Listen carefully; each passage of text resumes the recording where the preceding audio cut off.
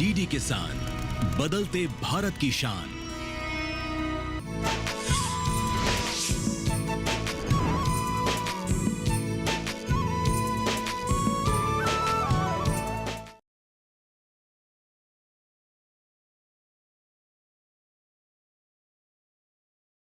हाँ, कहाँ तक पहुंची हो? इसका मतलब और 15 मिनट लगेंगे। बैठने की जगह मिली? नहीं, आज छुट्टी है। ठीक है, तुम आओ।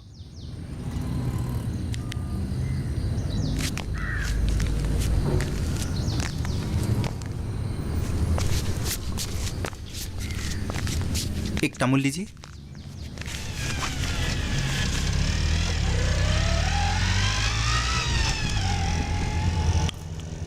कितना हुआ? 3 रुपये। 3 रुपए एक तमुल का? गांव में तो 20 रुपए में एक गुच्छे मिल जाते हैं। लगता है इस शहर में आप नए आए हैं। इस शहर में जो भी चीजें नए आती है, जैसे कि आलू, प्याज, तांबुल, पान वगैरह वगैरह, हर एक चीज का गुंडा टैक्स देना पड़ता है। इसीलिए अपने आप हर एक चीज का दाम बढ़ जाता है। आप कैसी बातें कर रहे हैं? मैं ठीक ही कह रहा हूँ। बत्तख का जो अंडा गांव में 5 रुपए में मिलता है, वो अंडा यहाँ 7 रुपए में मिलता है, क्योंकि 2 रुपया गुंडा टैक्स देना पड़ता है। पुलिस प्रशासन, नगर समिति ये कुछ नहीं करते? पूरी कहानी सुनाने में पूरा दिन बीत जाएगा। इतना वक्त ना आपके पास है ना मेरे पास है। बस इतना समझ लीजिए कि इस देश में भले लोगों के लिए कोई जगह नहीं है। नेता से लेकर पुलिस तक सभी गुंडों की जेब में है। आप किसी के इंतजार कर रहे हैं क्या? हाँ, मेरी पत्नी की। अच्छा।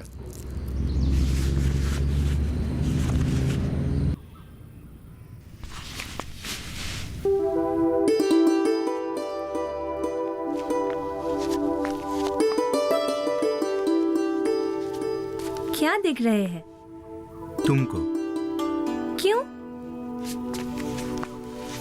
पहले कभी नहीं देखा?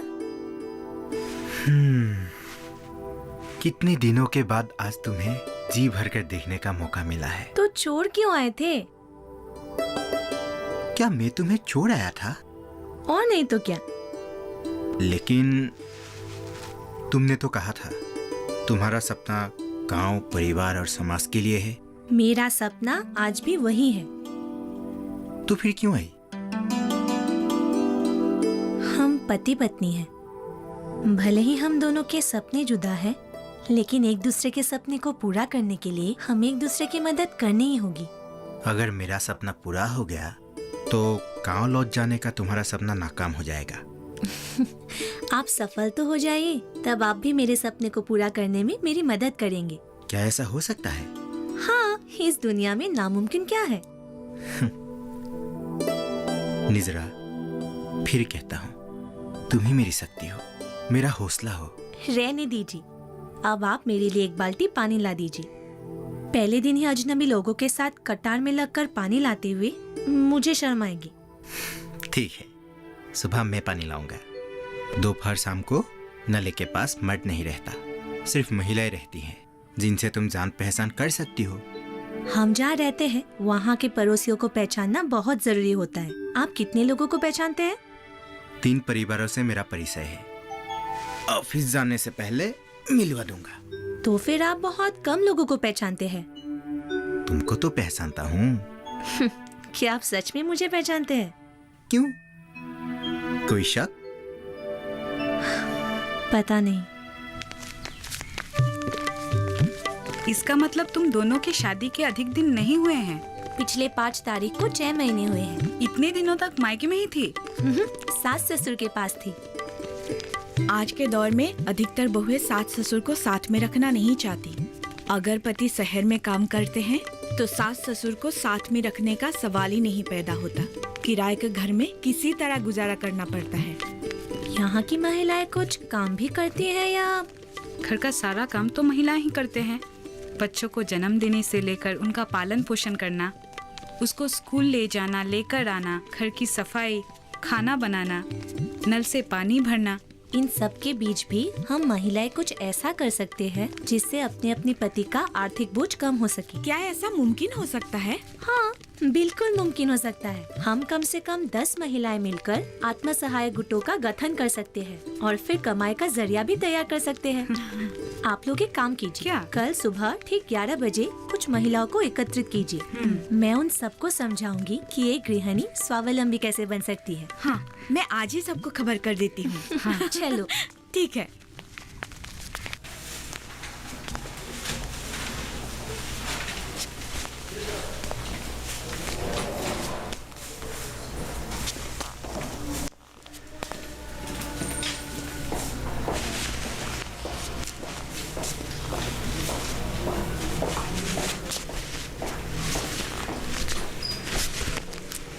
सर, ये देखिए, रंग कितना सुंदर है।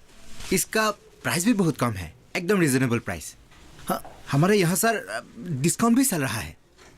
सर, इस तरह के कपड़े और आपको कहीं नहीं मिलेगा। मुझे पता है कौन सी चीज़ लेना है, समझने का ज़रूरत ही नहीं। Thank you.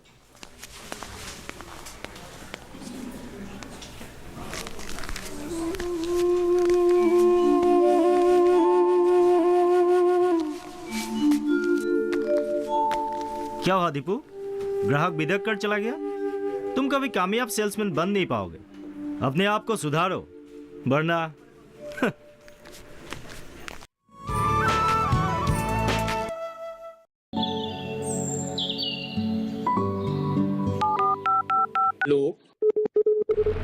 कार्यक्रम के पहले कॉलर जुड़ के हम इस बीच हमारे पास कुछ ईमेल्स भी आए। सवाल पूछिए अपना।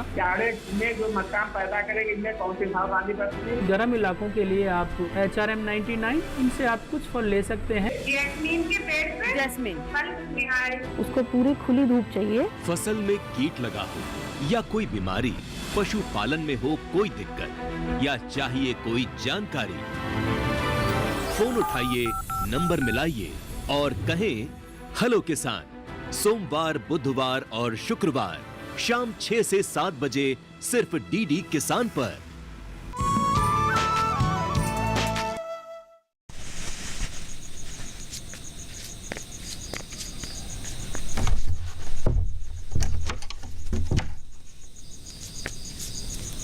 लगता है मैं कभी कामयाब सेल्समैन नहीं बन पाऊंगा।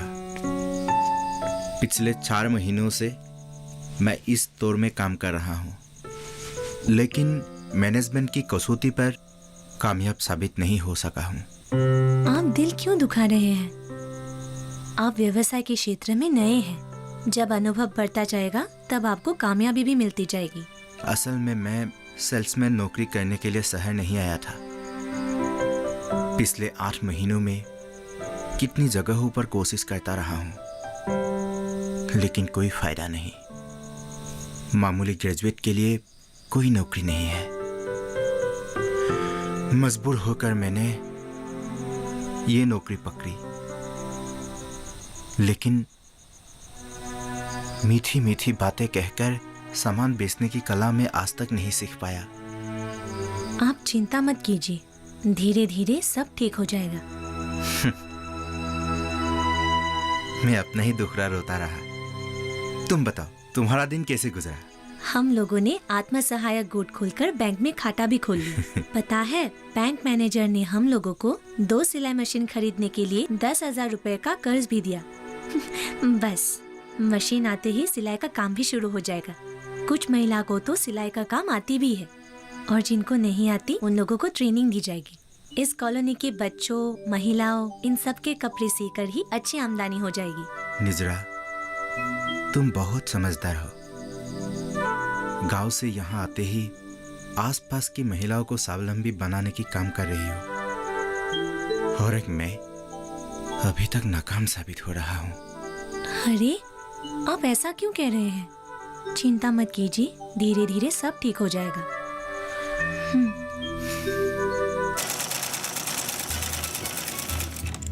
अरे केतकी भाई देव, हाँ, आगे कुछ नया ऑर्डर मिला है क्या? हाँ, 5 वाली कॉलोनी में जो स्कूल है, हाँ। वहाँ का यूनिफॉर्म बनाने का काम मिला है। हो, कितने सिलने होंगे? अब फिलहाल 300 का ऑर्डर दिया है, बाद में 100-150 का और जरूरत पड़ सकता है। बच्चे स्कूल कब से आएंगे?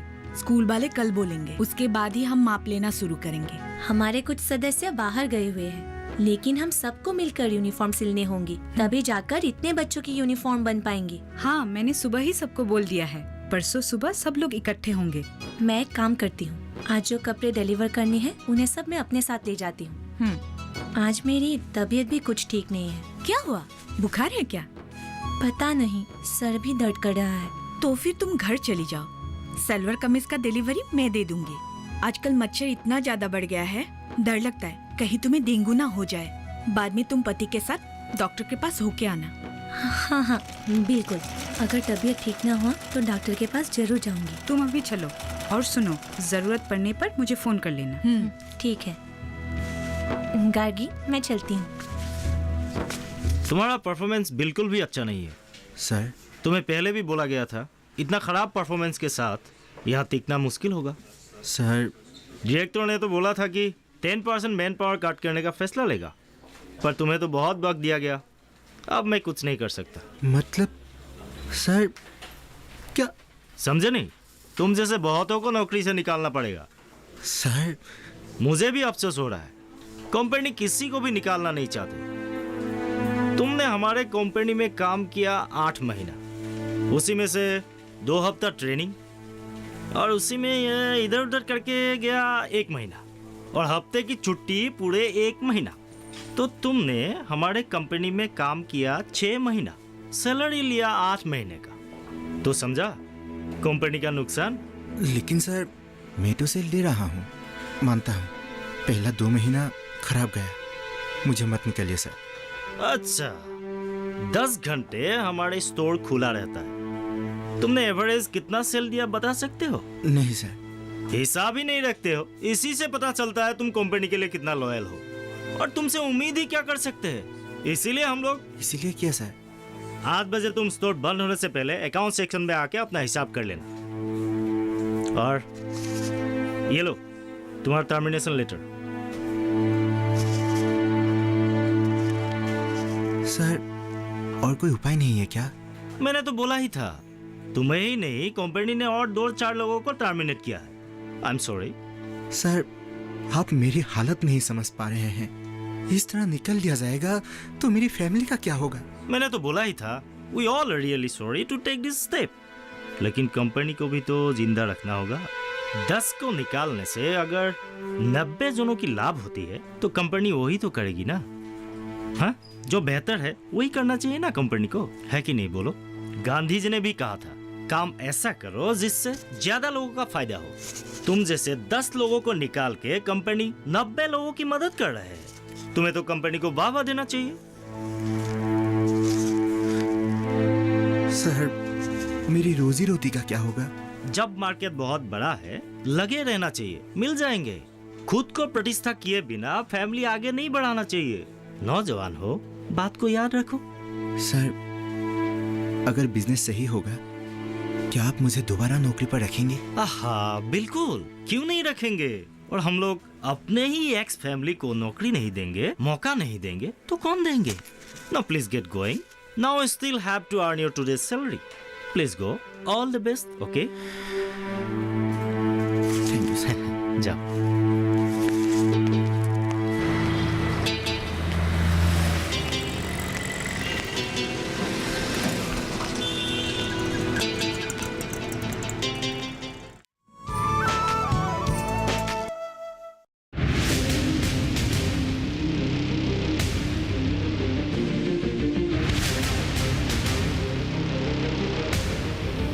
जब तपती है धरती, सूरज उगलता है आग, ठंड में जब सर्दी जमा देती सबके हाल, सब छुप जाते अपने अपने घरों में, तब बाहर निकलता सिर्फ एक इंसान, भरने के लिए हम सबका पेट, खून को पसीने की तरह देता बहा, थक जाता, झुलस जाता, हो जाता बीमार, तब उसकी सेहत का ध्यान रखता सिर्फ डीडी किसान।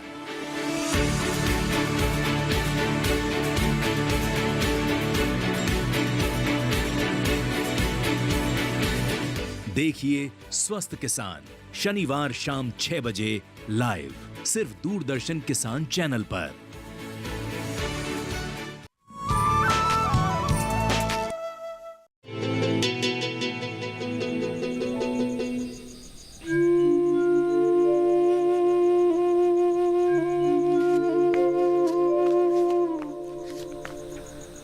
ये तो आपके साथ बड़ा ही अन्याय हुआ है। अरे, सरकारी नौकरी में तो ऐसे एक ही झटके में किसी को निकाल नहीं दिया जाता। ये प्राइवेट नौकरी में इंसानियत नाम की कोई चीज ही नहीं है शायद। आप दिल छोटा मत कीजिए, सरकारी नौकरी के लिए कोशिश कीजिए। आजकल सरकारी नौकरी मिलती कहाँ है? काम कम और पैसे ज्यादा होने की वजह से सरकारी नौकरी बहुत महंगी है। ड्राइवर, चौकीदार, रसोइये की नौकरी के लिए भी 2 लाख तक घूस देने पड़ते हैं। पद और वेतन के हिसाब से सरकारी नौकरी 2 लाख से 50 लाख तक लेकर बेची जाती है। बेरोजगारों की फौज खड़ी है, जबकि पदों की संख्या गिनी सुनी है। जो लोग घूस देकर नौकरी लेते हैं वे खुद घूस लेना शुरू कर देते हैं। इसीलिए तो चारों तरफ इतना भ्रष्टाचार है। हाँ, बिल्कुल चिंता मत कीजिए, रोजगार की कोई कमी नहीं है। हमें ही देख लीजिए, आज हमारे आत्मसहायक गुट में 30 महिलाएं और बहुत सारी सिलाई मशीनें हैं। कॉलोनी के कपड़े सिलने के अलावा हमारे कपड़े तो पास के बाजार में बिकने भी लगे हैं और महिलाओं को कमाई भी होने लगी है। आप बिल्कुल चिंता मत कीजिए, जब तक आपको कोई काम नहीं मिल जाता घर खर्च मैं चला लूंगी। लेकिन ये तो मेरे लिए शर्म की बात होगी कि तुम्हारी कमाई से गुजारा करूं। अरे, इसमें शर्म की क्या बात है? पति पत्नी गृहस्थी की गाड़ी की 2 पहिए होते हैं जो एक दूसरे के काम आते हैं। आप ये सब बातें मत सोचिए।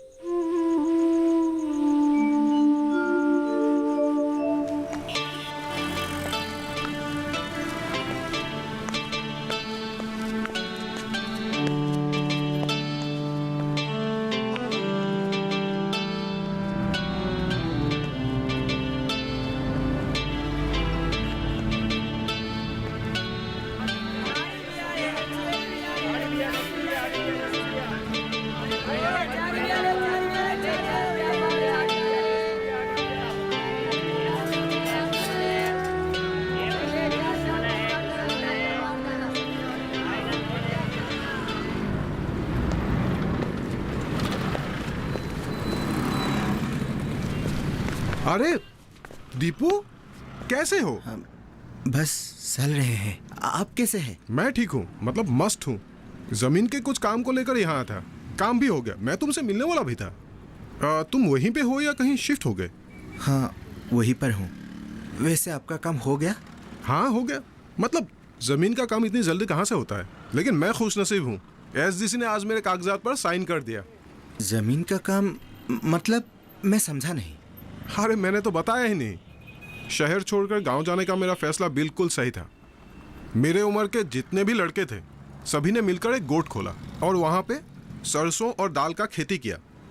और मार्केटिंग बोर्ड तो पहले से हमारे गांव में थी ही। उन्होंने हमारे बाकी बचे फसलों को खरीद लिया। अभी हमारे गोट के लोग एक बड़ी सी जमीन लेकर मछली पालना चाहते हैं। इसी जमीन के सिलसिले में मैं शहर आया था। मैं आपको बता नहीं सकता कि ये बात सुनकर मुझे कितनी खुशी हो रही है। अच्छा बिराजदार, हाँ, फिशरी का काम भी आप लोगों का गोट ही करेगा क्या? हाँ दीपू, अब ये गोट ही हमारा प्राण है। और तुम्हें पता है, हमें देखकर हमारे पास के गांव के लड़के भी हमारे गोट में शामिल हुए हैं। अगले साल हम 2000 एकड़ की जमीन लेकर उसमें सरसों और दाल उगाएंगे। ऊपर वाले ने चाहा तो दीपू हमारा गोट हमारे जिले का सबसे बड़ा और सक्षम गोट होगा। अच्छा ये सब छोड़ो, तुम अपने बारे में बताओ। मैं बस नौकरी ही ढूंढ रहा हूँ, इधर उधर भटक रहा हूँ। लेकिन तुम तो एक शोरूम में नौकरी कर रहे थे ना? वो भी छूट गया। मैं भी अब क्या कहूँ। वैसे हमारे गांव के भी बहुत से लड़के असम से बाहर जाकर कम पैसों में छोटी मोटी नौकरियां कर रहे थे। अभी हमारे गोट की सफलता सुनकर वे लोग वापस आना चाहते हैं। क्या वे सब भी गोट के सदस्य बनेंगे? हाँ, हमारे गांव में जितने भी बेरोजगार लड़के थे वे सभी हमारे गोट के सदस्य हैं। अरे उन्हीं के बदौलत तो ये गोट सफल हुआ है। सच में आप लोग गांव वापस जाकर बहुत अच्छा किया। वो तो है ही। अच्छा तुम्हारी फैमिली कैसे चल रही है? वो यही है? हाँ, यही रहती है। अच्छी बात है। अगर तुम्हें दूसरे कहीं नहीं जाना है तो चलो तुम्हारे घर ही चलते हैं। ठीक है, सुबह से इधर उधर भटक कर बहुत थक गया। चलिए घर चलते हैं। चलो चलिए।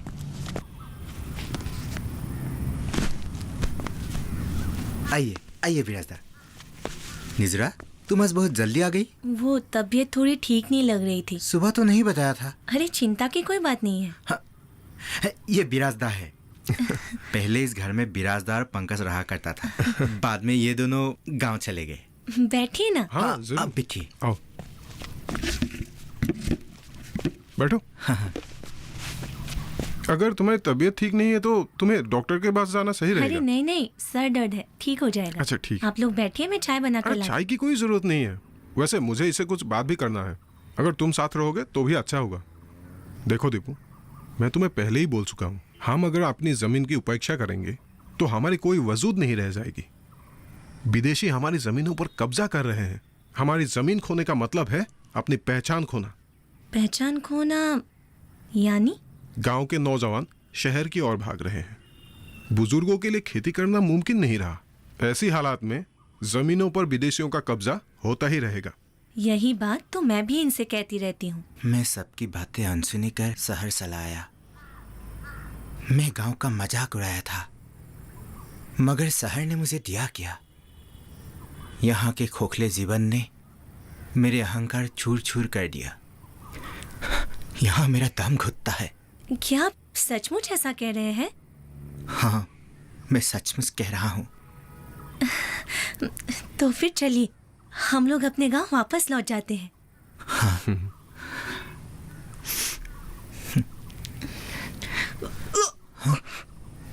निजरा, अरे तू जाना, देख तो। आइए बैठिए।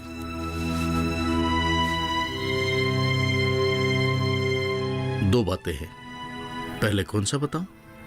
क्या बात है सर? निजरा को कुछ हुआ है क्या? कुछ परेशानी वाली बात है क्या सर? ऐसा कुछ नहीं है। ठीक है, पहले अच्छा खबर ही सुनाता हूं। निजरा मां बनने वाले हैं। आप दोनों को मेरी तरफ से बहुत बधाई। अब दूसरी बात, निजरा को खून की कमी है। सर ये आप क्या बोल रहे हैं? हाँ, उनकी खून में हीमोग्लोबिन की मात्रा बहुत कम है। प्रेगनेंसी में हीमोग्लोबिन का मात्रा कम होने से माँ और बच्चा दोनों के लिए खतरनाक है, नुकसानदायक है। सर इसका कोई उपाय तो होगा? हाँ, उपाय जरूर है। मैं दवाई के साथ साथ खाने के बारे में कुछ लिस्ट बना देता हूँ, आप दे दीजिए। और 2 महीने के बाद उनको एक बार चेकअप के लिए जरूर लेके आइए। जी ठीक है? जी सर।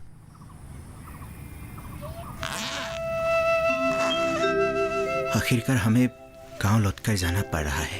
क्या आपको बुरा लग रहा है? अरे कैसी बात कर रही हो? ये बाप बनने वाला है, अपने संतान के लिए इतना भी नहीं करेगा क्या? मुझसे समझने में गलती हुई थी।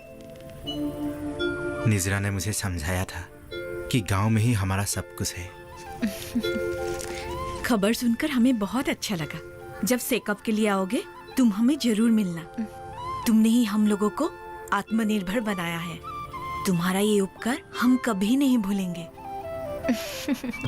आप लोगों ने जो मुझे प्यार दिया वो भी मैं कभी नहीं भूलूंगी। आप लोग आत्मा सहायक गुट को हमेशा जिंदा रखिएगा। जरूर, इस अभियान को हम लोग और आगे बढ़ाएंगे। हमारा जाने का वक्त भी हो रहा है, तो फिर चलते हैं। हाँ चलो आओ। बैग मुझे दे दो। आओ।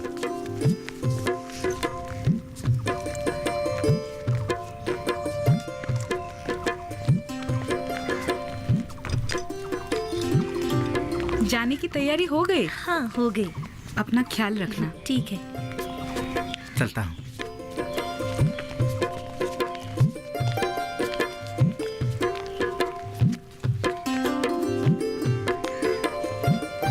ठीक है चलते हैं।